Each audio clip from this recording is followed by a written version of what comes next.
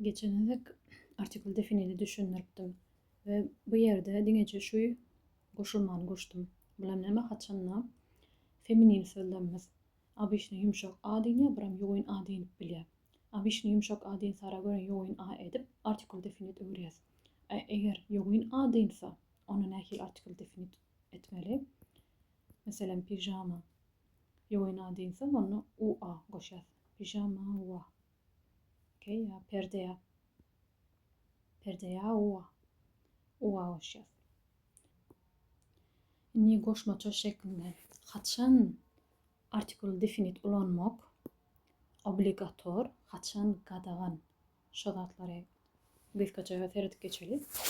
Birinji haçana sözlüğün ýesi belli bolan şeýle-de muna aýdyp geçdik. Zor gaýtaladyk. Soňun haçana şu sözler ulanmamyza amyndowa näme genderine göre ütgeýe diýipdik. Näme diýmekdi bol? Ikisem diýmekdi. Yani inglizçedäki both. Ikisem diýip gurlaňda sen iki zadyň nämedigini, kimdigini bilýän, şoň üçin artikul definit ulanýar. Okay. Soň tot. Hemme diýen sözümizde hökman ýa-da artikul definit ulanmaly. Yani aşaklaryna ekzempler berilendir. Seredip okap geçdiňiz, hasam gowy düşünürsiňiz. Soňundan 4-nji important. I plaçya. Buna aşağı soňky videoda da ýene de geçer. Yani kitabyň aşagyna ba. Özüňize goýun diýseňizem. Näme? Halamak diýmek.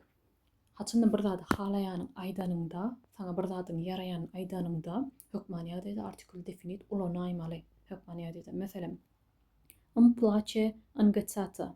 Şeýle-de plaçe. Näme? Maňa doňdurma ýaraýar. Has odanap aýsaň, näme bolýar? Men doňdurmany halaýan, şeýle-de I like. Içplak merele.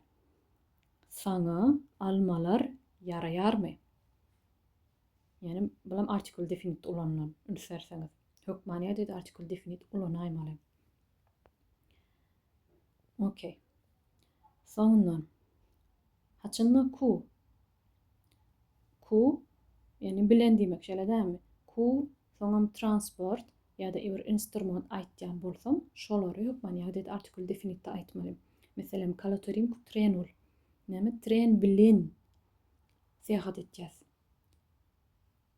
Okay. Hökman ýa-da munkam supaku lingura. Çemçe bilen näme? Çorba iýýäs. Okay.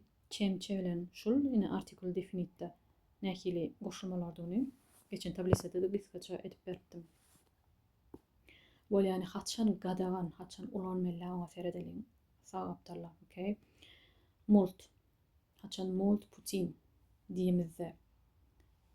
Bulam näme diýipdik? Sözüň genderine, köplüğüne, singularityna göre ütgeýärdi. Şo sebäpden 4, hersinden 4 görnüş ýazylan. Okay. Kıt. Näçe diýmek? Şunu ulanamyzda da hökman däl artikul definit etmek. Sebäbi väg diýende näme? Bulaşyk näme hakyny gurulaýanyň şeýle-dämi? Sebäbi köp zat içine girýär. Mult putin diýende näme? Beýał putina apa dimňatsy diýär.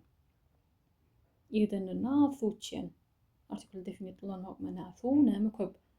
Näme su içen hökman nasu şol su. Şeýle-dämi? Kıt.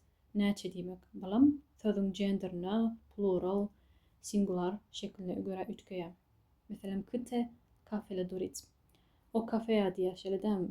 Kafele feminin pluraly. Şo sebäpden kıte. Okay. Şu kıt näçe diýip soramyzda mult putin diýemizde, soň san aýdyp soň at beremizde, meselem 3 tarelka. Ulanmak hökmanna.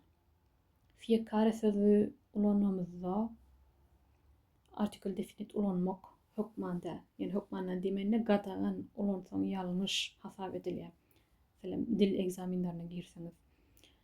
Soňundan haçanda propozisiýa, yani propozisiýa diýende adymyzy yer görkemek üçin ulanamyzda. Meselem on frigider diýese.